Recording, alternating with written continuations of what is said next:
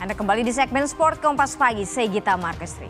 Pemain naturalisasi asal Belgia, Sandy Walsh, berpeluang dimainkan pada laga FIFA Matchday melawan Turkmenistan di Gelora Bung Tomo, Surabaya. Peluang ini akan menjadi debut Sandy Walsh bersama timnas setelah 3 kali gagal membela pasukan Garuda.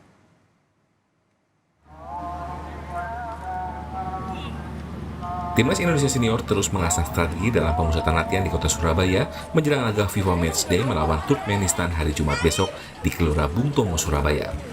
Laga Timnas Indonesia melawan Turkmenistan menjadi kesempatan perdana bagi seorang pemain naturalisasi asal Belgia, Sandy Walsh.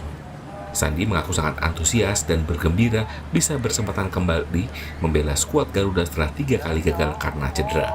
Pemain asal klub Cafe Mechelen Belgia ini mengaku sangat emosional bisa mencetak gol pada pertandingan hari Jumat besok untuk menaikkan ranking FIFA. To be honest, I'm just focused of being healthy, being ready for Friday. I think a lot of emotion will come if I could score a goal, but the most important is to do a good performance with the team, to get points for the FIFA ranking, and that's the goal for coming Friday. Dalam laga FIFA Matchday melawan Turkmenistan, Timnas Indonesia Senior juga meminjam 3 pemain Timnas U23. 3 pemain U23 tersebut yakni Alfiandra Dewangga, Zaki Asraf, dan Doni Tripamungkas.